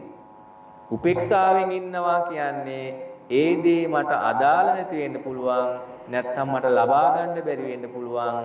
අර නරියා විදිතිත්තය කිව්වා වගේ තමයි. මට අදාළ නැහැ වගේ එහෙම පැත්තක දාන්න පුළුවන්. එතන උපේක්ෂාව කියලා කියන්නේ ඥාන සංපයුක්ත වෙන්න ඕනේ. මොකද ඥාන සංපයුක්ත වෙන කියන්නේ කැමැත්තක් ඇති වුණා නම් කැමැත්තක් කියලා දැනගත්තා. අකමැත්තක් ඇති වුණා නම් අකමැත්ත කියලා දැනගත්තා. කැමැත්තේදී ඇලුන්නේ, අකමැත්තේදී ගැටුන්නේ, අන්න උපේක්ෂාවෙන් හිටිය. අන්න ඥාන සංපයුක්තයි. නැත්තම් වෙන්නේ කැමැත්ත අකමැත්ත තේරුම් ගන්න බැලුව රාග දේශ මොහොතේ ගලවලා දාන්න නැතුව මුලාවෙන් රූපේ දිහා බැලුවා. අන්න එතන වෙන්නේ මොකද්ද එහෙනම් අවිද්‍යාවටමයි එතකොට යන්නේ පිටු. එහෙනම් සති ඉන්ද්‍රිය වඩනවා කියලා කියන්නේ ඔන්න සිහියෙන් නුවණින් මේ අරමුණු ටික පරිහරණය කරනවා කියන එක. ඒතර යාට දකින්න රූපේ යාට අනිත්‍ය දුක් හැබැයි මෙහෙමයි. දැන් මේක ටිකක් ගැඹුරින්ම විදර්ශනා කරනවා කියන්නේ මේකයි. හැබැයි පුරුදු කරාම පින්වතුනි මේක බොහොම සරිකව අපට තේරෙනවා. රූපයකට ආසා හිතුණා. දැන් අපි දකින්න ලස්සනාස රූප වල අපට ආසා හිතෙනවා. හැබැයි ධම්මානුසාරී බව ඉන්න කෙනාට ඒ ආසාව සනිකව පාලනය කර ගැනීම හැකියාවක් තියෙනවා. අර කලින් තරම්ම යාට දැඩිව දැනෙන්නේ නැහැ. එයා දන්නවා මේවා කොච්චර ලස්සන වුණත් කොච්චර හොඳ වුණත් මේවා අනිත්‍ය දුක් අනාත්ම වල යනවා කියලා අත්හැරෙන චේතනාව එයාගේ තියෙනවා. gedara වුණත් මොන ආසාවෙන් තියාගෙන කොච්චර ලස්සන තියන් හිටියත් එයාගේ ගැඹුරු අවබෝධයක් තියෙනවා. එයාගේ අත්හැරෙන ස්වභාවය කියන එක එයාගේ තියෙනවා. වෙන්නත් ඕන එකම තමයි පින්වතුනි. නිවන් මඟ යන කෙනෙක්ට අපේ හිතෙන් එන්න ඕනේ අත්හැරෙන සිතිවිල්මයි එන්න. ඒ කියන්නේ දන් දෙන්න කියන එක නෙමෙයි gedara තියෙන දේවල්. ඒවා පිළිබඳව තියෙන රාග, දේශ, මෝහ ඇලීම් ගැටීම් දුරු කරලා මේක මේ පරිහරණයක් පමණයි කියන තැනට හිත හැදෙන්න ඕන. එතකොට ඔබ කවදාක්වත් ඔබේ gedara පුරුසෙටිය තව gedara පුරුසෙටියකට සංසන්දනය කරන්න යන්නේ නැහැ ඔබ. ඔබේ ගේ තව කෙනෙකුට සංසන්දනය කරන්න යන්නේ නෑ. ඇයි ඒ දන්නවා මේවා නෙමෙයි මේ ලෝකේ පැවැත්මවල නැවත්ම කියන ඕවා නෙමෙයි. මේවා තියෙන්නේ මේ පංචස්කන්ධය පෝෂණය කරන්න අන්න මානෙ කියන එකම නැති වෙලා යනවා.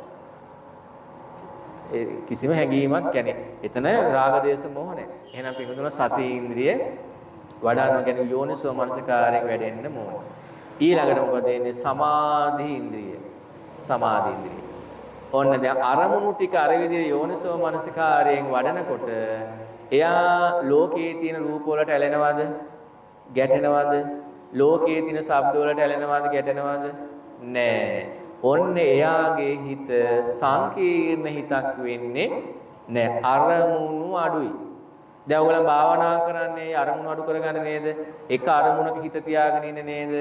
එහෙනම් සතියෙන් අරමුණු පරිහරණය කරනවා කියන්නේ එයාගේ හිතේ අරමුණු ගොඩාක් අඩු වෙනවා. අන්න හිත සමාධි වෙනවා. අන්න සමාධි ඉන්ද්‍රිය. දැන් ඇත්තටම යම් මට්ටමක හිතේ සමාධියක් නැත්නම් මෙහෙම බණ අහන්නත් බෑ පින්වතුනි. ඔබ යම් මට්ටමක දැන් මේවා දන්නවා අපි නොදැනුවත්ව මේවා අපි පිරීගෙන එන්නේ පින්වතුනි. දැන් ඔයත් නගව සති ඉන්ද්‍රිය, දැන් විරි ඉන්ද්‍රිය නේද සමාධිය ඔබ දැන් යම් මට්ටමක තියෙනව නැත්තේ නැහැ. හැබැයි අපි මේක තේරුම් අරගෙන වැඩිවීමක් තමයි කරන්න ඕනේ. ඔන්න සමාධි ඉන්ද්‍රියේදී මොකද වෙන්නේ? හිත හරිය සංසුන්, එයාට බණ අහන්න පුළුවන්, භාවනා කරන්න පුළුවන්, ලෝකයෙන් ගැලවෙන්න පුළුවන්, අත්හැරෙන්න පුළුවන්. ඔන්න හිත එතෙන්ට එනවනේ. පියවර දැන් මේ ඉස්සරහට එන හැටි.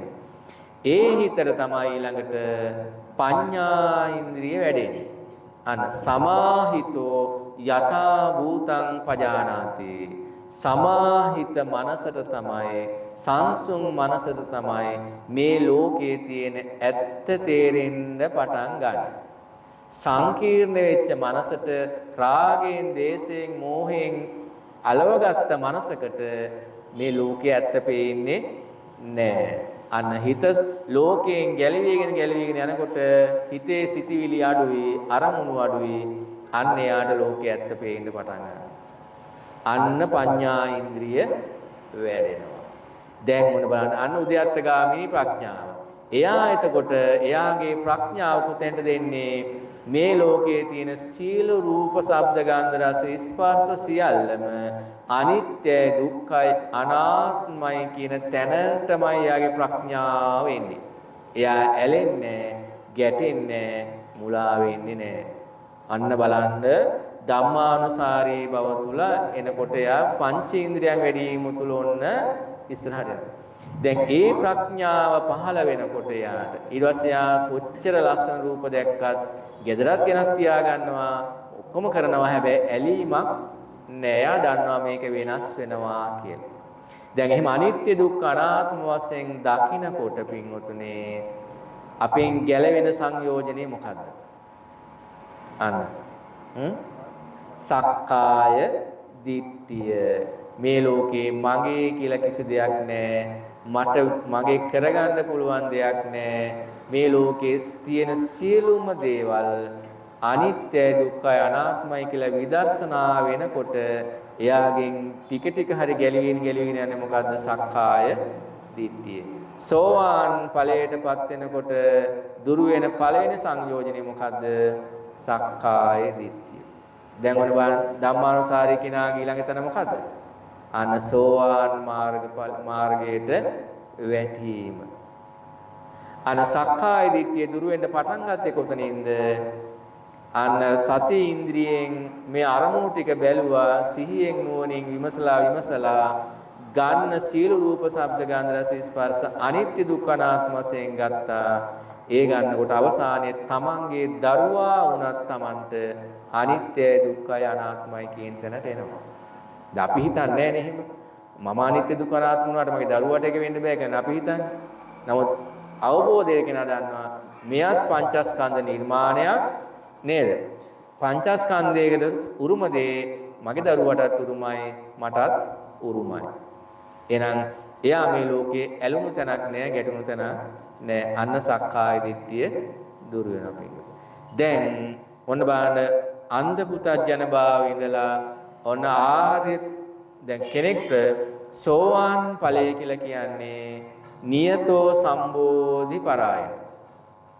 ඒ කියන්නේ සෝවාන් ඵලයටපත් වෙච්ච කෙනාට තමයි ඒකාන්ත වශයෙන් මේ සංසාරයෙන් ගැලවීමේ හැකියාව ආරම්භක තැන. කෙනෙක්ට පුළුවන් නම් කියන්නේ මම නම් සංසාරයෙන් ගැලවුණා කියන්නේ ඔන්න සෝවාන් ඵලයටපත් වෙච්ච කෙනෙකුට විතරයි. තේරුණානේ? දැන් පින්වතුනේ ඔන්න ඔය ආර්ය මාර්ගික සෝවාන් ඵලයටපත් වෙනකොට ඔන්න සක්කාය දිට්ඨිය දුරු වෙනවා, විචිකිච්ඡාව දුරු වෙනවා, සීලබ්බත පරාමාස. අන්න සක්කාය දිට්ඨිය දුරු වුණා. දැන් එයා මොන දේවල් පරිහරණය කරත් එයාට වගේ ඇලීම් ගැටීම් මුලා වීම නැහැ පින්වතුනි. ඊළඟට විචිකිච්ඡාව කියන සැකේනේ. එතකොට මට මේ අවබෝධය ආවේ මම මේ තණ්හාව ගලවගත්තේ, ද්වේෂය ගලවගත්තේ බුදුහාමුදුරුවෝ හින්දා. බුදුරජාණන් වහන්සේගේ ධර්මය හින්දා. ඒවා මට කියා දුන්න මහා සංඝරත්නය හින්දායි මට මේ අවබෝධය ආවේ කියන එක තියෙන ආය සැකයක් එයාට නැහැ. ඊළඟ තමයි සක්කාය දිට්ඨිය මාගාව නැහැ කියන විශ්වාසයට තියෙන අනුවිචිකිච්ඡාව නැහැ. සීලබ්බත පරාමාස කියන්නේ ආයේ වෙන ක්‍රමවල හොයන්න යන්නේ නැහැ. මේ බුද්ධ ශාසනයෙන්ම තමයි මට මේ අවබෝධය ලැබුණේ කියලා ඔන්න මේ ප්‍රධාන සංයෝජන තුන ගැලවෙනවා. ප්‍රධාන සංයෝජන තුන ගැලවෙනකොට ඔන්න එයා අපි කියනවා සෝවාන් ඵලයටපත් වෙච්ච කෙනෙක් කියලා. දැන් පින්වතු ඔය තැනට එන්න ගිහි ඔබට බැරිද? පුළුවන් පින්වතු. පැහැදිලි ලෙසම පින්වතුනේ යෝනිසෝ මනසිකාරයේ තුල ක්‍රියාත්මක වෙනවා නම් අපට උතන්ට එන්න පුළුවන්. සෝවාන් මාර්ගාංග කීයයි තියෙන්නේ? 4යි. අන්න සත්පුරුෂ පළවෙනි එක තමයි සත්පුරුෂ සංසේවනයේ. අන්න බලන්න එහෙනම් නිවන් මගේ පළවෙනි තැන සත්පුරුෂ සංසේවනයේනේ. අන්න එතනට ආවේ නැත්තම් බෑ. ඊළඟ දෙවෙනි එක තමයි ධර්ම ශ්‍රවණය. අන්න සත්පුරුෂයා මුණ ගැහිච්ච කෙනා තමයි බණ අහන්න ලෑස්ති වෙන්නේ. ඔන්න දැන් බණත් අහනවා. ඊළඟ තමයි යෝනිසෝ මනසිකාරය. අන්න ඔතනයි අපි ටිකක් නැවතිලා ඉන්නේ. මාර්ගඵලයකට අපට බාධක වෙලා තියෙන ඔතනයි. මොකද්ද? බණත් හොඳට දන්නවා. හැබැයි යෝනිසෝ මනසිකාරය නැහැ. දැන් සත්පුරුෂ සංගයත් වැඩෙනවා, ධර්ම ශ්‍රවණ අංගයත් වැඩෙනවා. හැබැයි යෝනිසෝ මනසිකාරය වැඩෙන්නේ නැහැ. ඇයි ඒ? අනිත්‍යයි දුක්ඛයි අනාත්මයි කියලා බණ දැනගෙන හිටියට තමාගේ ඇහින් දකින රූපයේ අනිත්‍යයි දුක්ඛයි අනාත්මයි කියලා දකින්න අපි ගාව යෝනිසෝ මනසිකාරය නැත. අන්න මාර්ගාංගයේ වැඩෙන්නේ නැහැ. ඔබ එතන වඩුවොත් තමයි ඊළඟ තැනට එන්නේ ධම්මාංගම් පටිපදාවට එන්නේ. ධම්මාංගම් පටිපදාව කියලා කියන්නේ සතර පොහොර සිල් ගන්න එක නෙමෙයි. අර රාගයෙන්තර, දේශයෙන්තර, මෝහයෙන්තර හිතක් පවත්වා ගන්න කෙනා තමයි ධම්මානුධම්ම පටිපදාව තුළ ඉන්නේ. එයාගෙන් අකුසලයක් කියන එකක් වෙන්නේ නැහැ, පවක් කියන එකක් වෙන්නේ නැහැ. ඇයි? එයා රාග, දේශ, මෝහ වලින් තොරව සිතුවිලි ටිකක් අතන සකස් කරගෙන එන නිසා. එයා තමයි අර ධම්මානුධම්ම පටිපදාව තුළ ඉන්න කෙනා. ඉතින් එයාගේ අකුසලයක් වෙන්නේ නැති හින්දා ඔන්න එයාගෙන් අර සංයෝජන ටික ගැලවිලා යනවා පින්වතුනි. ඊළඟට සකුද්දාගාමී වීමේදී කාමරාග පටික තුනී කරගන්නවා. ඊළඟට අනාගාමී වෙද්දී කාමරාග පටික ටික සම්පූර්ණයෙන්ම දුරු කළා දානවා. රහත් ඵලයටපත් වෙනකොට රූප රාග, අරූප රාග, මාන උද්ධච්ච අවිජ්ජා කියන අනිත් සංයෝජන පහම දුරු කරලා දානවා. ඒක දස සංයෝජන තියෙන්නේ.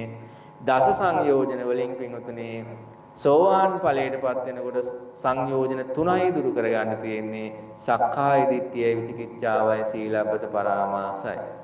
දැන් තේරුම් ගන්න එක කාරණේ තමයි එහෙනම් මේ ආර්ය මාර්ගය තුල දැන් අපි කොතෙක් දුරට ඉදිරියට ඇවිල්ලා ඉන්නවාද කියන එක.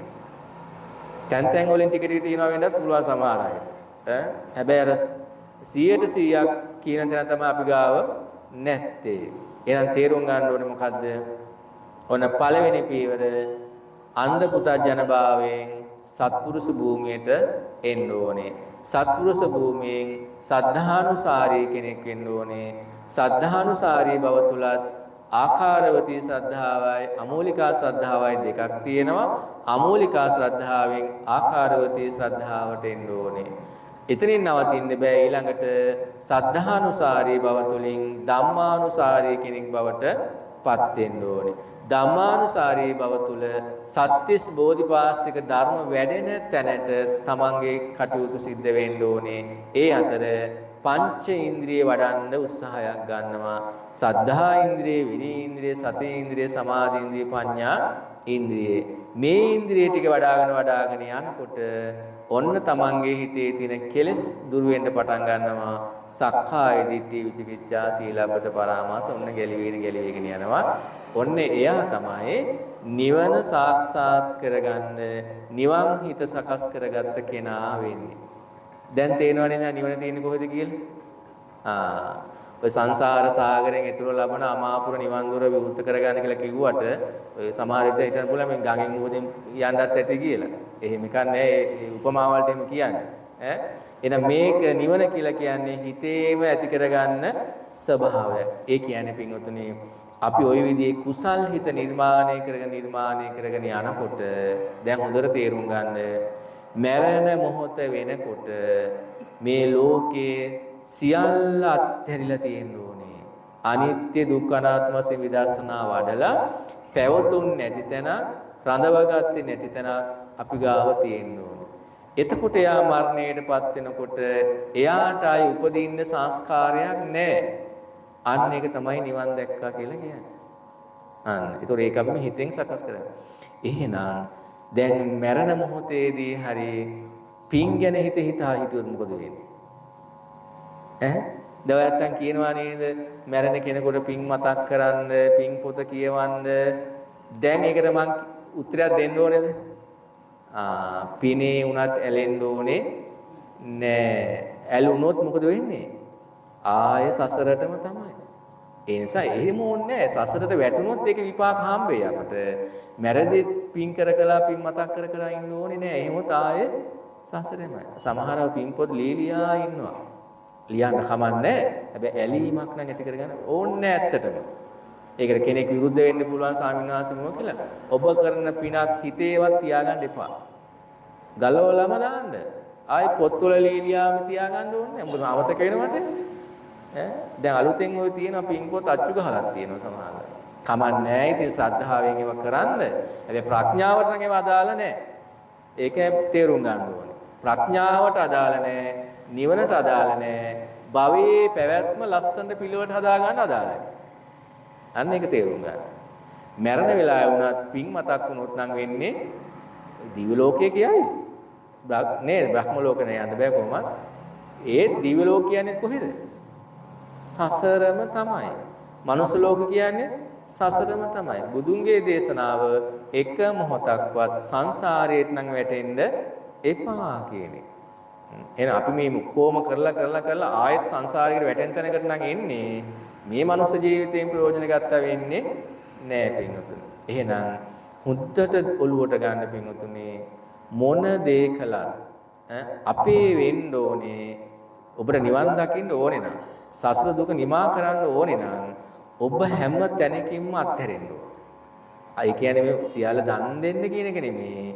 ඔබේ හිතෙන් ගැලිවිලා යන්න ඕනේ. අවසානයේ අපි කියන්නේ ශූන්‍යයි කියලා කියන්නේ හිස් බවක් තියෙන්නේ. අල්ලගත්ත තැනක් නැහැ, පවත්ගත්ත තැනක් නැහැ, රැඳුණු තැනක් නැහැ. අන්න ශූන්‍යයි. ඒ ශූන්‍ය වෙන්නේ මොනවත් නැතිකම නිසා නෙමෙයි. යමක් තියෙන දේවල් තුල රාගෙන්, දේශෙන්, මෝහෙන් අල්ල ගැනීම නැති තුල අන්න එතන පැවැත්මක් නැති හිතක් තියෙනවා. ඒ හිත තමයි මරණයෙන් පස්සේ උප්පත්තියකට යන්නේ නැත්තේ පින්වතුනි. එහෙනම් ඒක සකස් කරගත්තේ නැති තාක්කල් අපිට තියෙන සංසාරේ සැප දුක විඳගෙන යන්න පුළුවන් වෙයි. අන්න ඔය කිනි විදර්ශනා මාර්ගයට අපි එන්න ඕනේ පින්වතුනි. එහෙනම් ලබාගත් මනුස්ස ජීවිතය තුළ අපි උත්සාහවත් වෙන්න ඕනේ. එහෙනම් මේ ජීවිතය අවසන් වෙන්න කලින් ඔන්න ඔය කුසල් හිත, නිවන් හිත මේ මොහොතේ ඉඳන්ම සකස් කරගෙන යෑමමයි. අවසානයේ අපේ ජීවිතයේ අපි සමුගන්න දවසට අපට ඔය කුසල් හිත තුලම නිවන් හිත තුලම සමුදෙන්න පුළුවන් වුණා නම් අපට ආයු උප්පත්තියක් ලැබෙන්නේ නැහැ පිටු. ඒ නිසා ඒවට නොදන්න දේවල් පස්සේ යන්න ඕනේ. ඔන්න ඔය කියන විදර්ශනාව තුල ජීවිතේ වඩන්න. ඒ සමහර අය ඉතින් මහා ගැඹුරු හොයනවා. ඉතින් එහෙම ඕනේ දන්න දෙයින් ගියාම ඇති. අනිත්‍ය දුක්ඛ අනාත්ම තේරුම් ගත්තා නම් නිවන් දකින්න හොඳටම ඇති. ප ဋ ාණේ පාඩම් නැතුනට ප්‍රශ්නයක් නැහැ. දැන් අපේ උපාසකම්මලා පිස්සුවෙන් නටන මේ ප ဋ ාණයක් හොයාගන්න. ඒක හොඳයි ගැඹුරුයි හොඳයි. ඒ හැම දෙයක්ම කියා දෙන්නේ ඔය කුසල් හිත නිර්මාණය කරන හැටි, අකුසල් හිත නිර්මාණය වෙන හැටි, මෝහ හිත නිර්මාණය වෙන හැටි ඒව තමයි කියා දෙන්නේ. ඒ ඕවා ගැඹුරු වචන උදාගත්තා කියලා කිසිම දවසක දුක් වෙන්න එපා. ඒවා මට නෑ කියලා නිවන් ලැබෙන්නේ එහෙම එකක් නැහැ. ඒවා පුළුවන් නම් ඉගෙන ගන්න. බැරි වුණා කියලා නම් පොඩ්ඩක්වත් දුක් වෙන්න එපා. පුළුවන් නම් ඉගෙන ගන්න එකම. හැබැයි කියවනවට වැඩිය හොඳ ඉගෙන ගන්න එක. කියෙව්වා කියලා නම් වැඩක් වෙන්නේ. දැන් මල ගෙදර මගුල් ගෙදර හැම තැනම ප ဋ ාණ කියවනවා. මෙලෝ තේරුමක් නෑ, දන්නෙත් නෑ මොනවද තියෙන්නේ කියලාවත්. අවබෝධයෙන් කිව්වට කමන්නේ. දන්න කෙනෙක්ගෙන් ඉගෙන ගත්තට කමක් නෑ. බොරුවට නම් ඔය කිව්වෝ හැබැයි කමන්නේ අර ඕපදූප කියෝ කියන වෙලාවට කමන්නේ. ඒක හරි වැලකෙනවා. නමුත් කියවනවාට වැඩිය අවබෝධය ඇති කරගෙන ඒක තියෙන දේ දැනගත්තට කමන්නේ නෑ. දැන් මේක දැන් හැම තැනම නිකන් එහෙම දෙයක් වෙලා. ඔබ දන්න කෙනෙක්ගෙන් ප ဋ ාණ ඉගෙන ගන්න. ඒවයින් කියන්නේ මොකවත් නෙමෙයි. මම මේ කියපු බණ ටික තමයි ඒවයිත් තියෙන්නේ. ඔබට ඒ ටික සරලව තේරුම් ගන්න පුළුවන් නම් බණක් අහලා ඔබ අතන දුක් වෙන්න ඕනේ නෑ. පුළුවන් අය කරගත්තට කමන්නේ. නමුත් ඔය රැලිය වලට අහු වෙලා නිකන් ඕවෑමක් කරන්න ඒවා විවේචනය කරනවා එහෙම නෙමෙයි. මම මේ ප්‍රඥාවෙන් කරන්න ඕන දෙයක් මේ කියන්නේ. ඒවා හොඳ තේරුම් ගත්තාම කොතනින් මොන ධර්මයේ ඉගෙන ගත්තා යෝනිසෝ මනසිකාරුන් නැත්තම් රාගසිත, දේශසිත, මෝහසිත දුරුන් නැත්තම් නිවනක් ලැබෙන්නේ නැහැ. ඒක තේරුම් ගන්න හොඳට. ඔබ මුළු ත්‍රිපිටකයේම කටපාඩම් වුණත් ඔබට ප ဋ ාණ විතරක් නෙමෙයි මුළු විනය පිටකයේ සූත්‍ර පිටකයේ අභිධර්ම පිටකයේම කටපාඩම් වුණත් ඔබට මේ මොහොතේ එන රූප ශබ්ද ගන්ධ රස ස්පර්ශ ටිකේ අනිත්‍ය දුක්ඛ අනාත්ම ටික දකින්න බැරි වුණා නම් ඔබ ධර්මදරයෙක් විතරයි ඔබට නිවනක් නම් හම්බ වෙන්නේ නැහැ. අන්න තේරුම් ගන්න. ඒ නිසා අපි හොඳට ප්‍රඥාවන්ත වෙන්න ඕනේ. සියල්ල අත්හැරෙන තැනට රාග දේශ මොහ වලින් තේරුම් අරගෙන මේ නිවන සාක්ෂාත්. එහෙනම් මේක මේ ජීවිතේම සාක්ෂාත් කරගන්න පුළුවන් එකක්. මේ මොහොත තුල සකස් කරගන්න පුළුවන් එකක්. එහෙනම් අපේ අන්න මම අර කිව්ව දර්ශනයට එන්න ඕනේ, දැක්මට එන්න ඕනේ. මොකද්ද දැක්ම? මම එහෙනම් මගේ ජීවිතය අවසන් වෙන්න කලින් මං සෝවාන් ඵලයටපත් වෙනවා කියන දැක්මට එන්න ඕනේ. ඒ දැක්ම ඇති කරගෙන ඔබ සෝවාන් ඵලයටපත් වෙන්නම බණ අහන්න. සෝවාන් ඵලයටපත් වෙන්නම දන් දෙන්න. මොකද ඔබේ එකම අරමුණ එතෙන්ට එන එක. අර අරමුණක් නැති ජීවිතය වගේ නෙමේ. ඔබ බෞද්ධයෙක් හැටියට දැක්මක් ඇති කරගන්න. මම සෝවාන් ඵලයට නම්පත් වෙනවාමයි. මගේ ඇස් දෙක පේන්නේ නැති වෙන්න කලින්, මගේ කන් දෙක ඇහෙන්නේ නැති වෙන්න කලින්, මගේ අතපය වැඩ වෙන්නේ නැති අතපන වෙන්නක නැති කලින් මම මේ தත්ත්වයටපත් වෙනවා. එහෙනම් මං අර කියන ධම්මානුසාරී බව තුළ ඉඳගෙන යම් ප්‍රතිපදාවක් තුළ මා ක්‍රියාත්මක විය යුතුයමයි. අන්න එහෙම කෙනාට බොහෝම සතුටෙන් සැනසීමෙන් මේ ජීවිතය ගෙවලා අවසානයේ නිවන් මාර්ගයේ නැත්නම් නිවන් හිතක් සකස් කරගෙන ආය උප්පත්තියක් නැති තැනකට කටයුතු කරන්න පුළුවන්. ඉපදීමක් නැහැ කියන්නේ ජරාවටපත් වීම, ව්‍යාධියටපත් වීම, මරණයටපත් වීම, ශෝක සංතාප මොනවත් නැහැ. කිසිම දුකක් නැහැ. ඒ දුක නැතිකම තමයි සැපේ කියන්නේ. ඒ සැපේ තමයි නිවන් සැපේ කියලා කියන්නේ. ආන්නේ නිවන් සුවය, ඒ නිවන් හිත සකස් කරගන්න ඔබත් උත්සාහ කරන්න. ඒ සඳහා ඔබට මේ දේශනාවත් යම් උපකාරයක්ම වේවා කියලා ප්‍රාර්ථනා කරනවා. හොඳ හැමදෙනාම තාම ශ්‍රද්ධාවෙන් භක්තියෙන් ධර්ම ශ්‍රවණය කරන්නට යෙදුණා. ඒ තුල කුසලානිසංසයන් රැස් කර ගන්නට යෙදුණා. දැන් කල්පනා කරගන්න.